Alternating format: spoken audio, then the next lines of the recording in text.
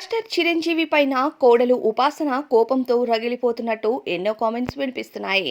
దీనికి కారణం మెగాస్టార్ చిరంజీవి గారి చేతుల మీదుగా లావణ్య త్రిపాఠి సీమంతం వేడుకలు జరిగినట్టు కొన్ని ఫొటోస్ కూడా బయటకు వస్తున్నాయి. ఇక లావణ్య త్రిపాఠి సినీ సెలబ్రిటీగా ఉంటూనే మెగా ఫ్యామిలీకి కోడలిగా అడుగుపెట్టింది.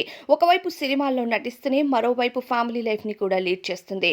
ఇకపోతే ఉపాసన కొణిదెల పండంటి ఆడబిడ్డకు జన్మనిచ్చినప్పుడు తనకు సీమంతం వేడుకలు జరగలేనట్టు అందరికీ తెలిసిందే.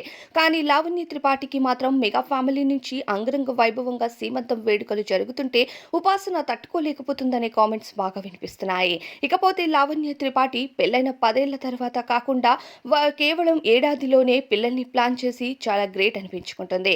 మెగా ఫ్యామిలీకి సెలబ్రిటీగా అడుగుపెట్టినా సరే మెగా కోడలు అనిపించుకుంటూ ఎంతో మంచి మార్కుల్ని కొట్టేస్తుంది లావణ్య త్రిపాఠి.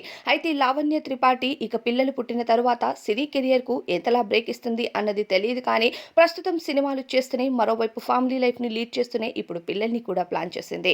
లావణ్య త్రిపాఠి ఉండే విధానం కానీ తను మెగా ఫ్యామిలీతో నడుచుకునే విధానం కానీ అందరూ మెగా ఫ్యాన్స్ అంతా హ్యాట్స్ ఆఫ్ చెప్తున్నారు. మరి దీనిపై మీ అభిప్రాయం ఏంటో కామెంట్స్ లో చెప్పండి.